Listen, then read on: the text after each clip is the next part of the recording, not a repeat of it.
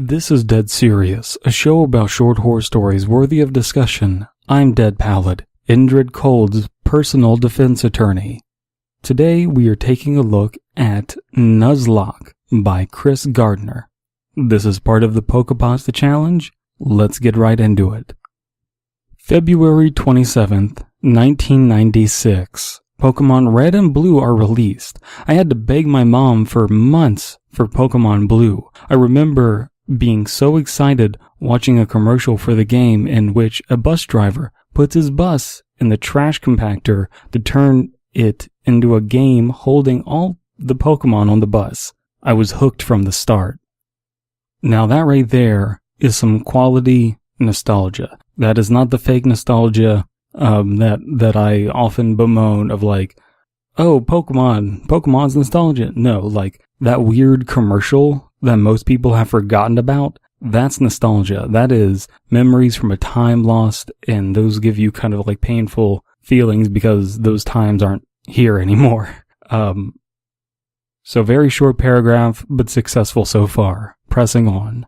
Through the years, I owned every game from every generation, and of course, I'm extremely excited for the release of Pokémon Sun and Moon in November. To prepare for the new games, I decided to start a project. I already fully completed the Pokédex and had played through multiple times using only one Pokémon, but I never tried a Nuzlocke challenge. To those unfamiliar with the concept, a Nuzlocke challenge is a playthrough of Pokemon in which you're only able to catch/use the first Pokemon you find in any given area. Can you believe this was written before November? This was written when Pokemon Sun and Moon weren't out.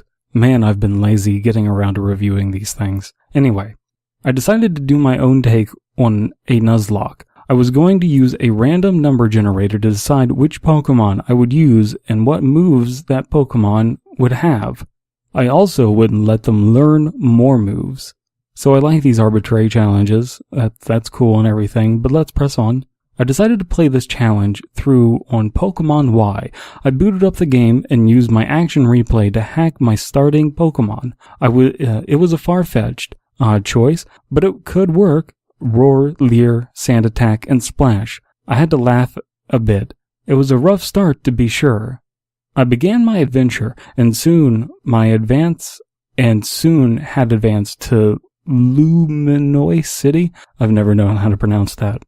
Now in City, in Pokemon X and Y, there is an infamous unnamed building with 3 floors.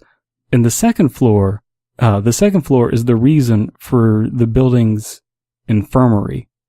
Normally, when you arrive in the second floor and step off the elevator, the screen blinks and a maniac, a Pokemon trainer you battle against, appears before you, frozen mid-stride. She floats past you and says, "No, you're not the one," then floats off screen. It's pretty unsettling, but it happens each time you play the game, and really isn't a big deal, except when I went into the building on this playthrough, she said something different. You may be the one. What the hell was going on? Had I imagined it? So I have a cardinal rule about creepy things and creepy horror, don't try and make something that's already creepy, because it's already creepy and you're just giving it a chance to be fucked up. I don't know that this breaks that, because the Hexmaniac thing is well known. I remember when I first played X or Y, I can't remember which one, and that happened, I was just like, what the fuck? Did they put this? They just put this random thing that's completely out of place in the game. So that's something that sticks out in a lot of people's minds because it's so singular. It's like this one instance that this happens in the game, right? This to me doesn't break that rule of trying to make something that's already creepy, because they're really, the author is developing on it here. You may be the one. That's a good direction to go with this. But let's press on. I took to the internet. I googled for any information on Hexmaniac Ghost Girl. All I found were a few articles where Pokemon Company employees said they had no knowledge of the girl, and one unconfirmed article saying that she was from a scrap story that hadn't been completely erased from the game. The thing was, no one had seen the girl say what I had seen. I was nervous, but decided to get to the bottom of it. There was another time that this mysterious hex maniac is seen in the game. In the hotel in the northern part of city, you can find her in one of the rooms listening to the elevator, except when I visited the hotel, everyone was gone. It must have been another part of the scrap story. I like how this is developing. I like the justifications that the narrator is making at the time, like maybe this is another part of the scrap story and stuff like that. The one thing I would develop is I was nervous, but I decided to get to the bottom of it.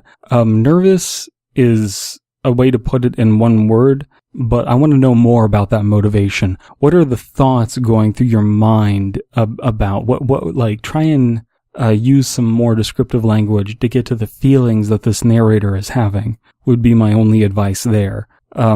But so far, it's working. It's a very workable concept. Let's press on. I continued the game normally. I kept my eyes open for any other differences, trying to see if any other pieces of the scrap storyline had been activated. There was nothing out of the ordinary until I reached Geosinge Town. There she was. She is capitalized for some reason here. I don't know if that's intentional or unintentional. Standing at the gate of the town, my screen began to flicker. Stuck in the same midway through a skip pose she had she floated up to me. "The one," she said, capitalized again. Then she spoke. "You're a fake." The screen flickered more violently this time, then went black. It seemed like she was talking to me.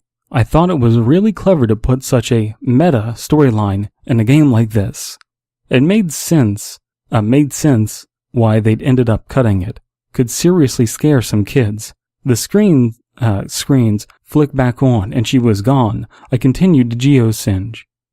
But all of the NPC's dialogue was replaced with, "You are a fake." The game still played as normal otherwise. Battles and gyms still worked, and the cutscenes still happened, but every line of dialogue was replaced. "You are a fake." What kind of storyline was this? I was beginning to get worried, mostly about my game's data being corrupted, but an unsettling feeling lingered.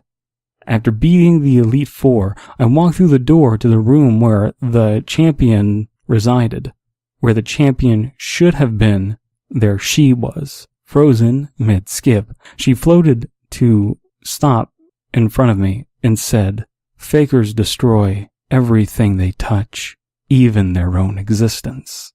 So I should pause and say, I guess the capitalized she is intentional, and it's important to note that we're using an action replay. And so the logic of this is just stuff that was cut from the game but is in there and is not necessarily insidious. We're making this justification that it's this meta storyline. And we've seen stuff like this. We've seen the weird mole guy from Animal Crossing and how he gave children nightmares and had to be toned down and everything. There could be something like this. It's not unreasonable to assume that there could be something like this in a Pokemon game that gets cut. Pokemon obviously deals with weird racing subject matter, and a lot of adults don't know about that, or rather parents don't know about these things in Pokemon games that their kids are experiencing. So we're under the assumption that this action replay activated missing parts of code. Continuing. The battle started, and she threw out her only Pokemon, a Vivillon. It was black and purple, except for a pair of red eyes on its wings. The Gengar-eyed Vivillon didn't move as it should have. It floated up and down, frozen, like its master. When I sent my first Pokemon, Dunsparce, into battle, it immediately fainted. I went to send out another Pokemon, and froze. Dunsparce was gone. I had only 5 Pokemon now, figuring it was the data corruption. I restarted the game, but when I reloaded my save, everything was exactly as it was when I turned it off. I sent out my next Pokemon, and then the next, one after another. Each fainted as they entered the battle. I was out of Pokemon. The Hex Maniac's face appeared on both screens, and my DS let out a screech before the game crashed, and I was kicked back to the home screen. So that's bizarre. We're being told that we're fake, and yet we're being confronted with a fake Gengar of sorts, right? Through this pavilion. Anyway, I started the game back up and went to see what in the world had happened. There was no save data. It restarted 3 more times. Still no data. Finally, I gave up on it, figuring my data had been corrupted because of the hacking, and moved on to another project, breeding a competitive team on a different cartridge. When I went to talk to the daycare man to get my latest egg, I was greeted with a single line of text. You are a fake. I turned off the game and tried a factory reset of my 3DS, assuming that the date corruption had somehow spread to the 3DS. It's supposed to be data, I believe. Upon starting it back up, the game still had it. The cartridge had been corrupted, just like my Pokémon Y. I had lost hundreds of Pokémon and hundreds of hours. I believe when they say cartridge in this case, they mean the DS itself had been corrupted, just like the cartridge had. But anyway, extremely pissed off, I went and traded the games in the 3DS in and got a new version of all 3. The clerk raised his eyebrows when he saw me buying what I had just traded in, only in different colors. I shot him a don't even ask look. This all took place a week ago, so why share it now? Why tell my story to you faceless masses on the internet? Because the Sun and Moon demo just dropped today, and I'm standing right in front of 10 Carat Hill Trial Cave. Stands a hex maniac with one leg stuck up in behind her, frozen mid-skip. So the ending is written in a way to be more dramatic than it needs to be.